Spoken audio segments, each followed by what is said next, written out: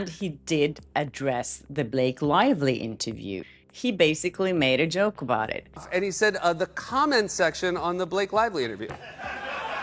Blake Lively is in a full-blown public meltdown after Seth Meyers exposed her dirty behavior live on TV. Print them out. It's going to be a book. And the book's called A Polite Discourse About the News of the Day. And while it looked like Seth casually invited her for a post-scandal chit-chat, insiders say it was actually Blake who begged to be on the show to clean up her mess. You could tell this whole thing is prearranged. She even personally requested the comments be turned off to dodge backlash. But Seth, in peak savage mode, broke confidentiality and spilled that little secret on air. On the surface, it looked like just another celebrity interview. It's been a little over a week since Blake Lively went on Seth Meyers, and the backlash was humongous. Seth Meyers, the polished late-night host known for calling out political nonsense and celebrity spin, had Blake Lively sitting across from him.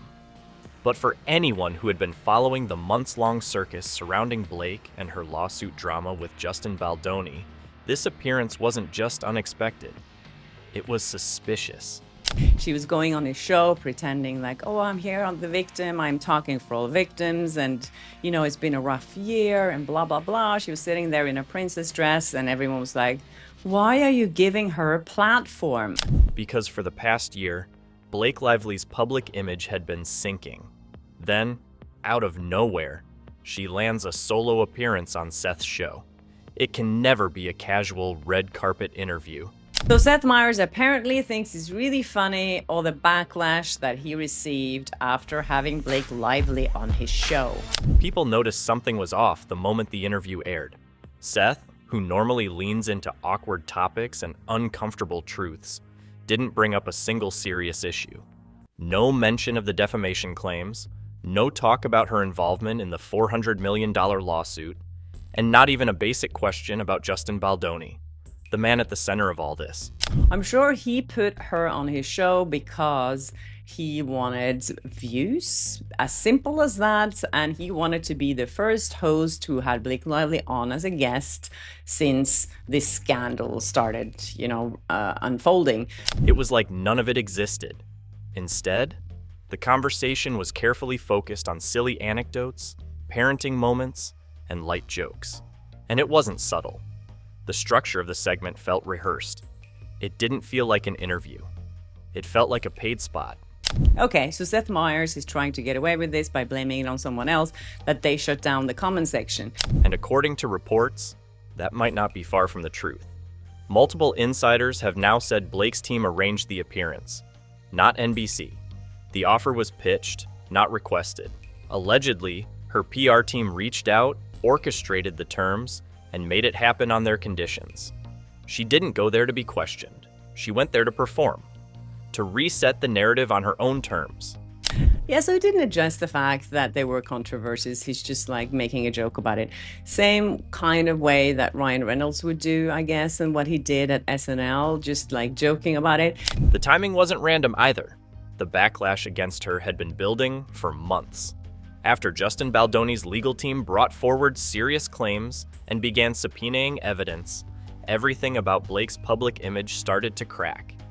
If these allegations, which are serious allegations of SH, why would people just keep making jokes about it?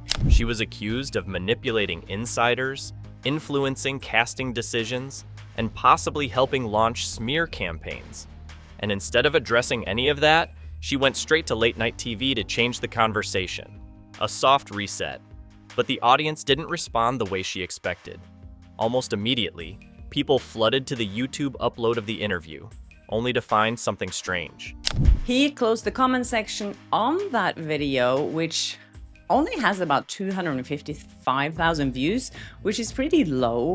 Yes, the comment section was locked. And that's when things exploded. Viewers took to social media, calling it censorship, calling it a cover-up, and demanding answers. Seth Meyers, usually known for letting audiences speak freely, was suddenly shutting down the discussion on a highly controversial guest. It didn't take long for fans to connect the dots. Seth wasn't just being cautious. He was following instructions. In comparison to how much people talked about that video, so people didn't actually go and watch it on his channel. I spoke a lot about the interview, and I also spoke about the backlash that he received. And he didn't help himself by making a joke about it. He came up with this long story on how one of his technicians on the show or something like that had an accident, spilled some coffee on the keyboard. Sound bad. He goes, "You don't understand, I flipped it from on to off." And I said, "Well, why did it even turn off?" And he said, "The comment section on the Blake Lively interview." Yes, you heard it right. A few days later, Seth addressed the missing comment section by saying a technician had spilled coffee on the keyboard, and that's why it was disabled. Are we crazy, Seth? Or should we laugh about it? Everyone knew it wasn't a glitch. People had seen this kind of damage control before, but what really pushed things over the edge was what happened next. Because since people couldn't comment on the actual video, everyone started commenting on other videos, and it exploded on all his social media platforms. Seth released another video a few days later. This one focused on Donald Trump and stock market corruption. Nothing to do with Blake. But the moment that video went up, it was flooded with comments about her. Thousands of them. Comment after comment had nothing to say about Trump or politics. Instead, it was all about Blake Lively's interview. You shut us up there, so we're talking here. We're not done. You gave her a free pass and locked the door behind her. I don't think this was a great idea. By now, Seth couldn't keep the joke going. He quietly admitted on Twitter that he didn't have full control over the Blake interview, that the segment was heavily shaped by her team, that the comment section was closed for a reason, and that reason, whether he wanted to say it or not, was obvious. Blake Lively wanted the spotlight without the blowback. It's not, she did that for the photo op outside, it feels like, more than for the interview inside. And this was the moment people really started seeing through the PR act. Because while Blake had spent the last year claiming to be silenced, to be mistreated, to be targeted by powerful men, it turns out she had the power to dictate terms on one of the biggest talk shows on TV. Not only did she appear in the middle of her lawsuit scandal, she did it on her terms, with full control, while the audience was muted. The irony didn't go unnoticed. And even Seth makes a joke about it. Put his gin in. Director put his gin in. Do you have to go home and tell Ryan, like, I have bad news? No, it was like, baby, I have something to tell you. We're going to talk about it here, and we're going to forget it ever happened. Gotcha. Okay? No. It's Seth did the better joke, and then Blake was like, "I'm already the whole thing is just starts awkward out the gate, and shows just so admits to how controlling this couple actually is." To make it worse, fans started comparing it to her previous statements. The speech she gave on Seth's show was all about being brave, using her voice, and helping other women speak up. But the actions behind the scenes told a very different story. Real survivors don't get to buy airtime. Real survivors don't get to script interviews. Real survivors don't get to shut down comment sections. But Blake did, and instead of bringing clarity or healing to the situation, she made it worse by trying to erase the conversation entirely. You can tell this whole thing is prearranged. And then she can't wait. She sort of lets Seth know, okay, come on, let's get to it. What Blake wanted was a clean slate. What she got was more chaos. And this time, it wasn't because of court filings or leaked emails. It was because people saw through her. All of it. The planned performance, the missing questions, the forced applause. It backfired. But then she's like, it's like I have to pretend to go into Disneyland every day. Oh, it's such a chore for me. It is so hard. It is so hard for me, people. Oh, will you please give me more empathy? Because it's so hard being Blake Lively right now, having to go to my nannies and everybody and all these trips where clearly my kids aren't here. Blake Lively's carefully rehearsed appearance on Late Night with Seth Meyers was supposed to be a turning point. A calculated image reset framed as vulnerability. Instead, it exposed a layered contradiction that critics like Shashi Flo and Andy Signor immediately dissected. The paradox of playing the silenced victim while holding the reins of the entire production. You can't go outside. You're so bothered by it. You can't leave the house, or the kids are affected. It's all I'm getting such mixed messages from all this. And the interview was promoted as raw and personal, but behind the cameras, sources now confirm that Blake's team had full oversight.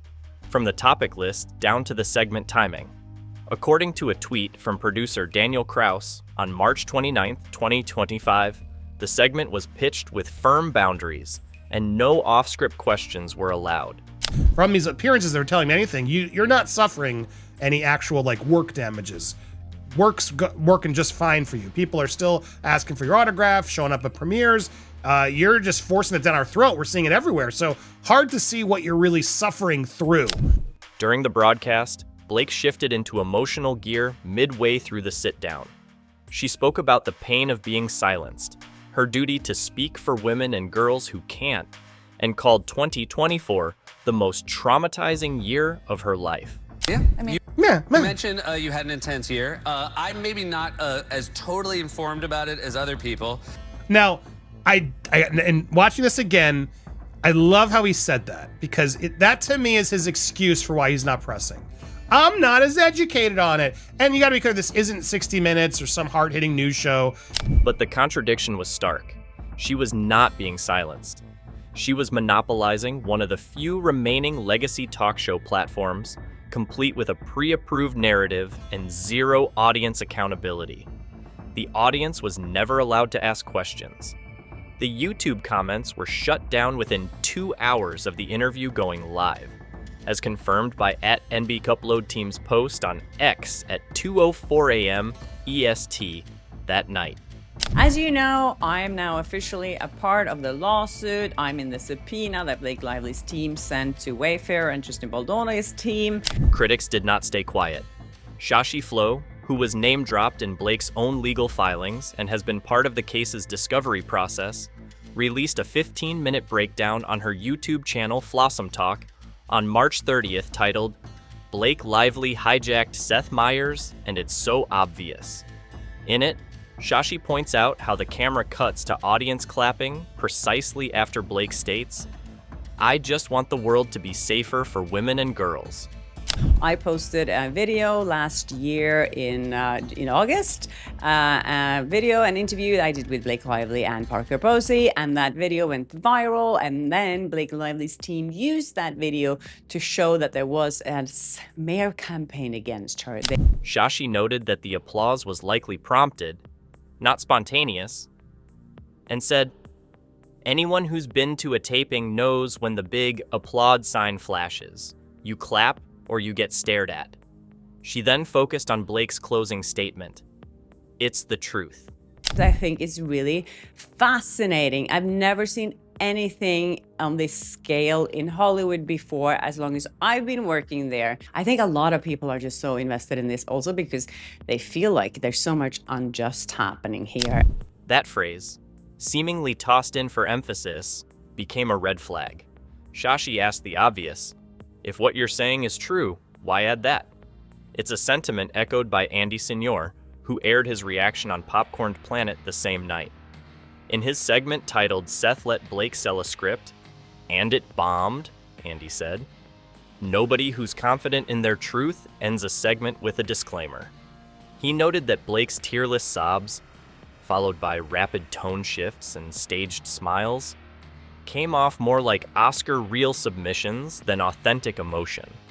I think that what we just saw with Blake Lively getting a platform on Seth Meyers, talking about how she's a victim and she speaks for all victims out there, it just makes people really angry. The message Blake was trying to push, that she was being targeted, isolated, and silenced by powerful men, unraveled when the public zoomed out. Because the moment you put her next to the actual victims of this scandal, the contrast is impossible to ignore. Justin Baldoni, the central figure suing her, has disappeared from public life. Taylor Swift never came out publicly and supported Blake Lively, which she did with Keisha. On March 18th, his legal team confirmed via public filing in the LA County Superior Court that his agency contract was terminated without renewal in February. He hasn't posted on social media in over 6 months. The It Ends With Us premiere he co-produced was canceled indefinitely in January. He has no active contracts or media appearances scheduled for 2025. This is like, I've been there. I've been in these situations where you ask a celebrity something and they get pissed off about it. Meanwhile, Blake has appeared at the 2025 Golden Globes, was seen front row at the Valentino Fall Preview in Paris, and launched a new capsule collection with Preserve Home last month. Photos from the Met Gala preview on April 2nd show her in custom Schiaparelli couture, red carpet ready, smiling for cameras, untouched by the media chaos that swallowed the people around her. Conan O'Brien has invited Ryan Reynolds to come on his show. I don't know what they're going to talk about. It's already been advertised on YouTube. It's it's premiering on May 12th. On the same night, Ryan Reynolds appeared on SNL, joking during Weekend Update that he survived another week married to someone who isn't trending for the right reasons. That segment aired April 5th and was clipped on TikTok, where it received 6.4 million views in 72 hours. The line received laughter, but for many, it was a reminder that this isn't a victim household. It's a PR empire playing defense.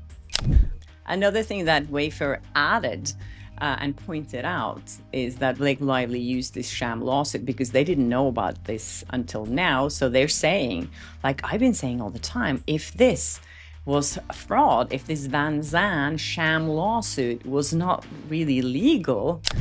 And the deeper issue isn't just the disconnect between words and actions, it's the mechanisms behind it.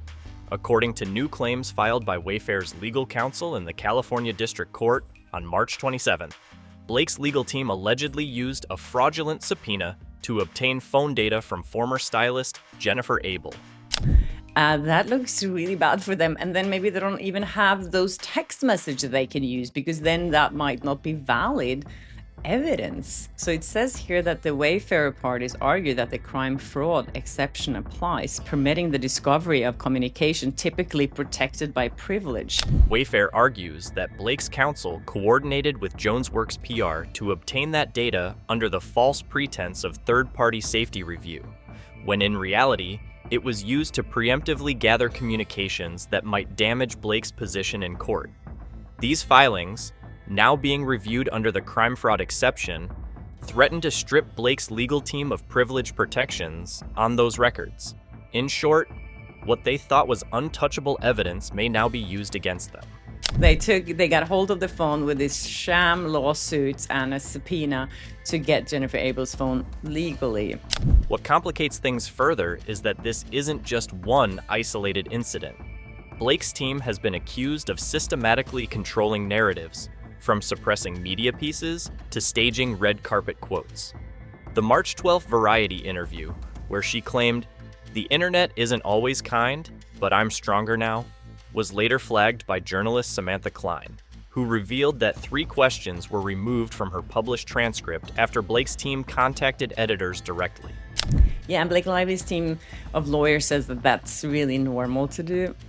The Wayfair parties are saying that both JonesWorks and Lively made false representation to the court about how the data was obtained. Blake's people insisted on removing a segment where the interviewer asked about her involvement in selecting co-stars for Another Simple Favor, especially in light of accusations from actress Isabella Ferrer. Anyway, so now Taylor Swift has officially been subpoenaed and she is pissed off. A spokesperson for Swift was out and about. Taylor Swift's role hasn't helped the situation either. Subpoenaed on March 20th as a potential witness in the Baldoni case, Swift's team issued a firm denial of involvement, stating via publicist Tree Payne that Taylor never approved casting, never attended filming, and only licensed 1 track. That denial came after months of Blake citing Taylor's emotional support as a pillar of strength during press runs. She's saying that Taylor Swift never set foot on the set of this movie. She was not involved in any casting or creative decisions. She did not score the film. The subpoena, filed in the Los Angeles Superior Court under case number DN 2127, named Swift as a relevant non-party witness due to her alleged communications with Blake during the pre-production and casting phases of Another Simple Favor. She did not even see It Ends With Us until weeks after its public release, and was traveling around the globe during 2023 and 24, headlining the biggest tour in history. Within hours, Taylor's PR team, led by T-Pain, issued a statement to multiple outlets, including Variety and The Hollywood Reporter, calling the subpoena an unnecessary and harassing tactic, and claiming Swift had no material involvement in the creative or production process of the film. The rep continues to say the disturbing actions by a billionaire, men who made their careers as female allies, and their team continue to show their true colors. But that denial didn't match up with what was already public. During Blake Lively's own press run in July 2024, specifically in her Entertainment Tonight interview, she openly credited Taylor as a source of guidance during casting decisions.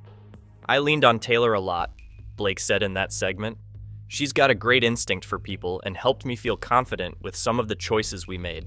I feel this is really bad for Taylor Swift that her rep is attacking Baldoni's team like this, because now it seems like she's really on Team Blake here. Just weeks later, in an Instagram Live on August 5th, 2020, Isabella Ferrer, the actress who eventually landed a lead role in the sequel, stated that she was told Taylor Swift had personally liked my tape, and that Blake had texted her the news with excitement. Blake, on her press tour, her comments about Taylor Swift and how she was a part of everything. Isabella's press tour comments, that she was cast because Taylor Swift really liked her. Then, there were the Sony leaks. In November 2024, Deadline obtained internal emails from Sony Pictures dated April 3rd, 2023, which showed executive producer Lauren Grady referencing Taylor Swift as someone who reviewed Isabella's tape and signed off with Blake. Why would she do this? I don't get it. That's not a smart move. I understand that they want to keep Taylor Swift out of this and say that she had nothing to do with it. This is ridiculous. But attacking Baldoni's team for publicly intimidating, bully, shame, and attack women's rights and reputations? That's not what they're doing. These emails were marked confidential, but became part of discovery materials when Baldoni's team filed a motion to compel full disclosure of casting communications. These receipts directly contradicted the core of Swift's PR team's argument that she was uninvolved and had no knowledge of what was happening on set. She said that from this recent article, it doesn't sound like Taylor's camp. They're making statements that can easily be contradicted with known public receipts. But fans and critics weren't letting it slide. On X, formerly Twitter, the phrase #Keisha but not Blake began trending by March 22nd. The reference was clear. In 2016, Taylor Swift publicly supported singer Keisha during her lawsuit against Dr. Luke, a producer accused of sexual assault. Swift donated $250,000 to Keisha and authorized a representative to make a public statement on her behalf. The donation was confirmed by Keisha's own lawyer, Mark Garagos, in an ABC News interview dated February 23rd, 2016. Yesterday, and he's like, they always leak. They always leak these things. Remember, I think it was Johnny Depp where someone said that they sat on their phone and whoops, someone sent an email to someone. These things happens a lot. Now, with her alleged best friend, Blake Lively, embroiled in a lawsuit involving similar themes of abuse, retaliation, and public silencing, Swift had chosen silence. The public noticed. On March 24th, an article published in the Daily Beast titled "Taylor Swift's Feminist Filter Has Cracks" noted that Swift's silence in this case seemed deliberate, strategic, and likely coordinated with crisis management. That Mr. Baldoni and Mr. Sarowitz and his team continues to turn a case of SH and retaliation into entertainment for the tabloids. The piece cited former Swift publicist Paul Devine, who stated anonymously, "Taylor supports causes that align with her narrative. If something is messy or might require her to pick a side, she avoids it altogether." Meanwhile, Hollywood's media infrastructure was showing signs of stress. Andy Signore revealed on Popcorned Planet in an episode dated March 25th that multiple journalists he spoke to from major entertainment publications, including Vulture and The Wrap, were refusing to cover the Blake Baldoni case. One journalist reportedly said, "It's not worth the blowback. Their teams will come for you." Signore elaborated that several digital editors had been directly contacted by Ryan Reynolds and Blake Lively's reps, with warnings about tone, narrative, and quote selections. All Blake Lively is doing is trying to give us entertainment by showing up on every single red carpet there is that she's invited to. She's there. Shashi Flo added to this narrative in her Flossom Talk video titled "Hollywood is Scared of Blake and Ryan. Here's Why," uploaded on March 26th. In it, she played an audio recording, blurred for legal safety, where a junior publicist from a boutique agency admitted that no one wants to run anything negative about Blake, even if it's accurate, because her team threatens to pull future access.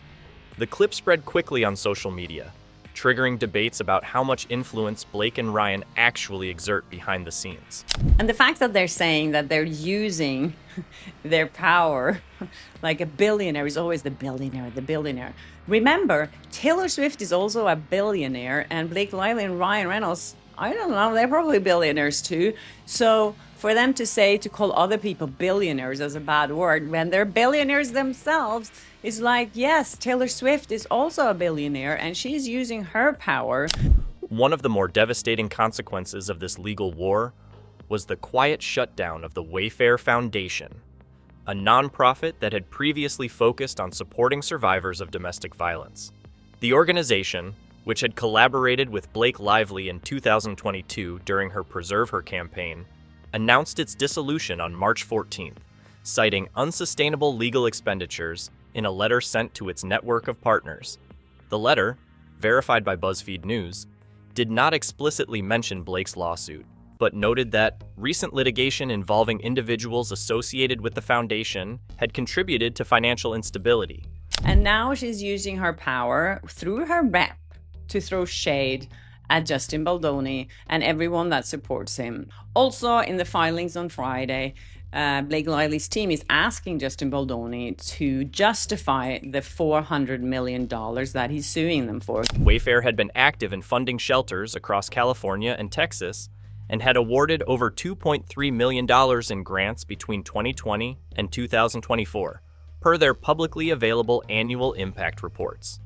As of their final IRS Form 990, filed March 18, Wayfair's legal expenditures for Q1 2020 had exceeded $420,000, an amount that board member Trina Walters described as devastating and completely avoidable in a now-deleted Instagram story. They're saying, show us documents that this is actually your financial loss from this lawsuit. And this is, and I do understand that they want to see why this is worth $400 million. That is a lot of money. Shashi Flo addressed the closure in her March 28 podcast episode, saying, "This isn't a gossip story anymore. People are actually being hurt. Survivors are losing funding. Real programs are collapsing. And all of it is getting drowned out by million-dollar PR firms and red carpet appearances." She added that multiple women who had relied on Wayfair's funding for legal aid and housing would now have to seek new resources that might not exist. But I don't know what it means that they're actually already starting to ask them about the amount. I think it's probably that they want to do this so they can post this out in public to make people see that, oh, they were lying, they're not worth that much money. Back inside the press circles, the chilling effect was spreading. On March 29th, entertainment journalist Megan Stone tweeted that she had been pulled off a Blake Lively-related assignment at Elle after legal concerns were raised. Her tweet was deleted within 6 hours. A backup screenshot was circulated by anonymous account @BlindBuzzLeaks, along with a DM Stone allegedly sent to a colleague saying, "They were scared of her team, not scared of the story, scared of the blowback." I think at this point, his career is really tainted, to put it the least. And who knows, some people in the business is saying that he probably will have really difficulties ever getting a job again. He still doesn't have an agent. By March 30th, both the Los Angeles Times and The Cut had suspended their planned features on Blake's latest film.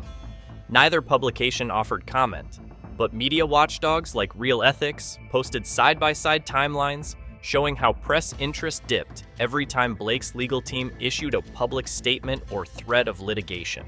The result? Fewer critical pieces, more silence, and a media ecosystem carefully manicured to favor Blake's side of the story, no matter who got left behind. Blake may be trying to rewrite the narrative, but the receipts and the silence are louder than any scripted interview. What do you think? Is the public finally done playing along?